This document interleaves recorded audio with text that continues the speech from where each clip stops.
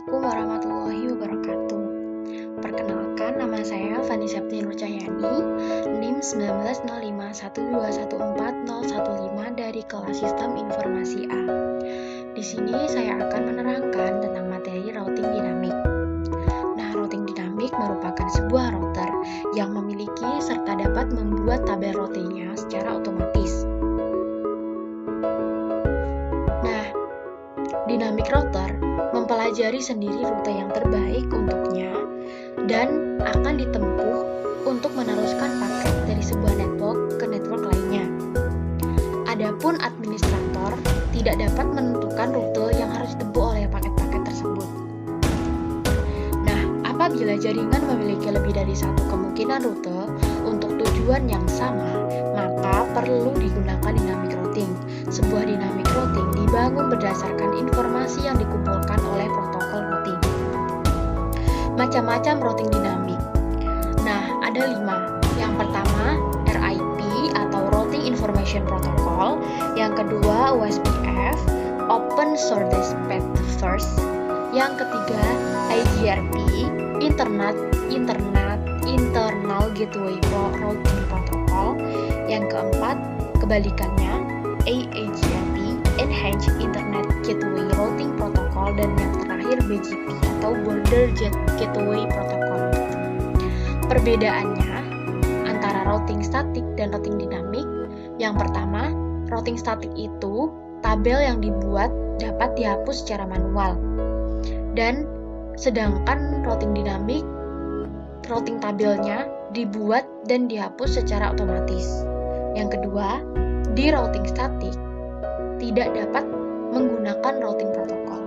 Tetapi di routing dinamik ada routing protokol seperti RIP dan atau OSPF. Nah, yang ketiga, routing statik routernya itu tidak dapat membagi informasi routing. Sedangkan routing dinamik, router dapat membagi informasi routing secara otomatis. Nah, untuk kelebihan dari routing dinamik sendiri antara lain hanya mengenalkan alamat network yang terhubung langsung dengan routernya, serta tidak perlu mengetahui semua alamat network yang ada, dan lebih mudah untuk mengatur network yang besar. Sedangkan kekurangannya, beban kerja router lebih berat karena selalu memperbarui IP tabel pada tiap waktu tertentu. Kemudian, kecepatan pengenalan network terbilang lama karena routernya itu membroadcast ke semua router hingga ada yang cocok. Nah, di materi ini kita akan berfokus untuk membahas tentang RIP. Di Cisco Packet Tracer nanti kita akan mengisikan RIP. Nah, RIP sendiri merupakan sebuah protokol routing dinamik yang digunakan dalam jaringan LAN dan juga jaringan WAN. Untuk itu, kita akan lanjutkan ke simulasi paket tracer. Nah, di sini saya sudah melakukan percobaan sebelumnya, yang mana skema jaringan di routing dinamik ini kurang lebih sama seperti yang di video routing statik. Ada sedikit berbeda pada settingnya. Nah, untuk setting IP configuration PC1 bisa dilihat untuk IP address-nya, subnet mask, serta default gateway. Untuk DNS servernya itu dikosongkan. Kemudian untuk PC yang kedua, IP address-nya 19.192.168.1.66. Subnet mask-nya 192.255.255.255.192 dan default gateway-nya 192.168.1.65. Untuk setting router 1, nah, statiknya dikosongi. Yang diisi adalah RIP. Di sini saya sudah menambahkan ada 3 network address-nya yang menghubungkan ke router 2. Nah, ini ke router 3 dan ini ke PC. Fast Ethernet 0 menghubungkan ke PC 1 dan Fast Ethernet 1 menghubungkan ke PC yang kedua. serial 2 ini menghubungkan router 1 ke router 2. Dan serial 3 menghubungkan router 1 ke router ketiga. Untuk setting PC 3 kurang lebih juga sama seperti ini. Subnet masknya bukan 192 tapi 128. Dan untuk router 2 configuration-nya kosong, RIP diisi dengan 3 network karena router 2 ini terhubung ke 3 network, yaitu 12 ini menghubungkan ke router 1, 23 menghubungkan ke router 3, dan ini menghubungkan ke PC 3. Karena dia terhubung hanya satu PC, maka fast ethernet 0 untuk menyimbolkan untuk hubungan antara router 2 dan juga PC 3. Kemudian kosong ini karena dia hanya menghubungkan satu PC. Serial 2 router 2 ke router 1. Serial 3 menghubungkan router 2 ke router yang ketiga. Nah, kita close. Untuk router 3 kurang lebih juga sama, dia kan terhubung ke 4 network ya.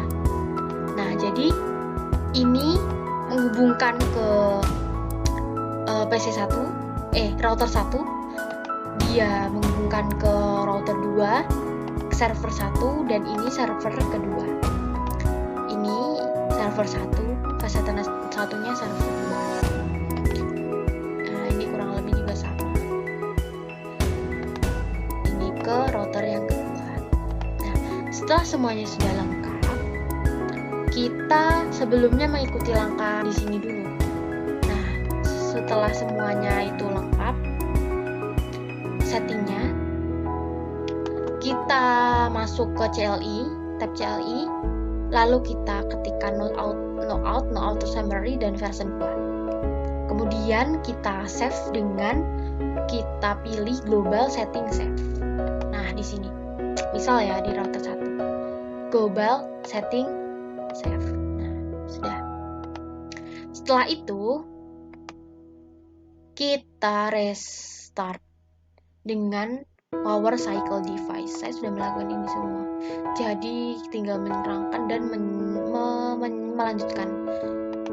Nah, kemudian kita show IP route apakah sudah cocok. Router 1 kita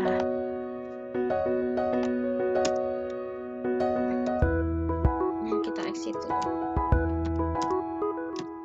Kita show sini sudah lengkap. Maaf. Nah, sudah lengkap. Ada 3 yang terhubung. Ini router 3. Ini server milik dari server 1 dan ini milik server 2. Nah, ini ke PC ya. PC. Kemudian kita cek ke router. Nah, di router 2 ini kita lakukan sama.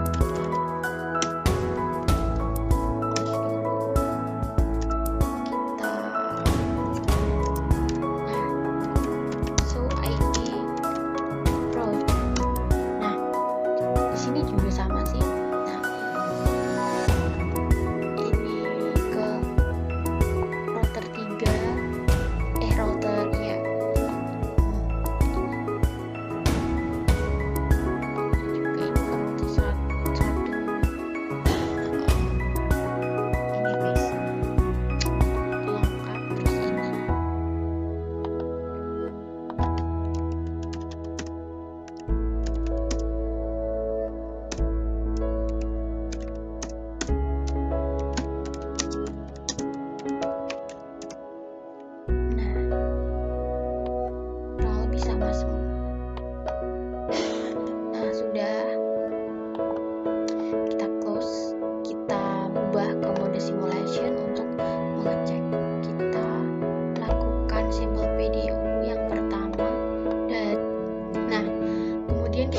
Untuk simulation tadi dari PC 1 ke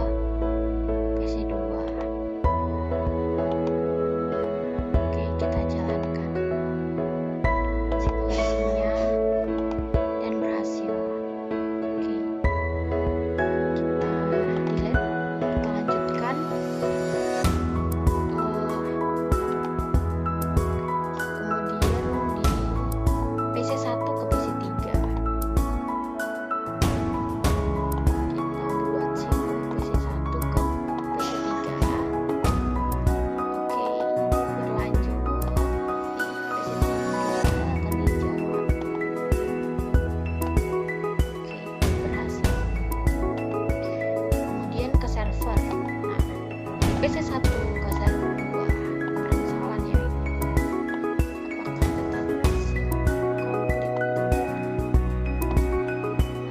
Oke, berhasil.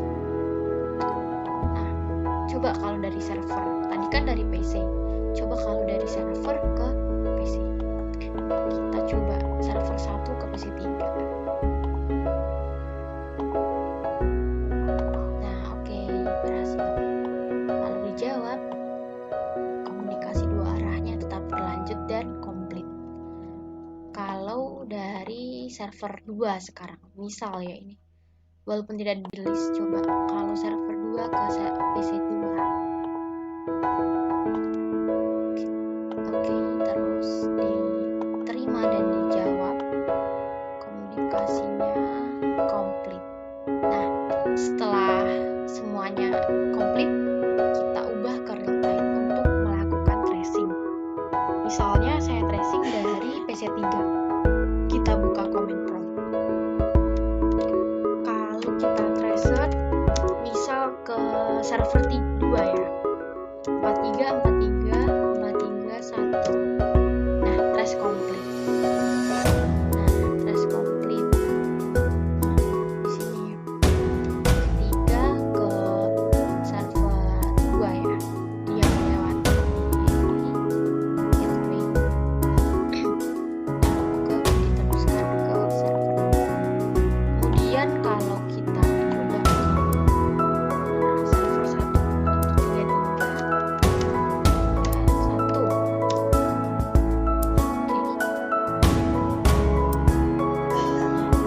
Oh, salah. Kurang tracer. Tracer dulu harusnya 3. Nah, tekan trace komplit. Kemudian kita lanjutkan. Setelah tracing, buat skenario jalur routing ke R1 ke R3, jalurnya itu diputus. Router 1 ke router 3 jalurnya diputus. Berarti router 1, oh ini kabel yang ini ya. Kemudian dengan disable salah satu interface router yang terhubung dengan router 1 dan 3. Oke. Kemudian tunggu sekitar dulu. Coba ya. Kita buka router 1. Yang menghubungkan ke router 3 tadi kan serial yang ke ini, serial yang ketiga. Kita coba off. Nah, setelah itu kan ini sudah merah tandanya disable, putus. Kita tunggu kurang lebih 15 sampai 20 detik. Nah, kalau di routing dinamik itu seharusnya bisa.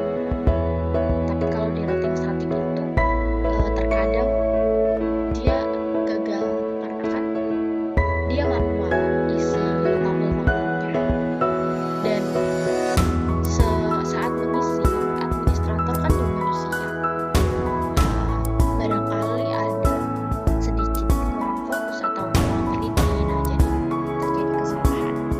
Kalau routing dinamik itu dia akan mengisi secara otomatis ya, jadi lebih fleksibel.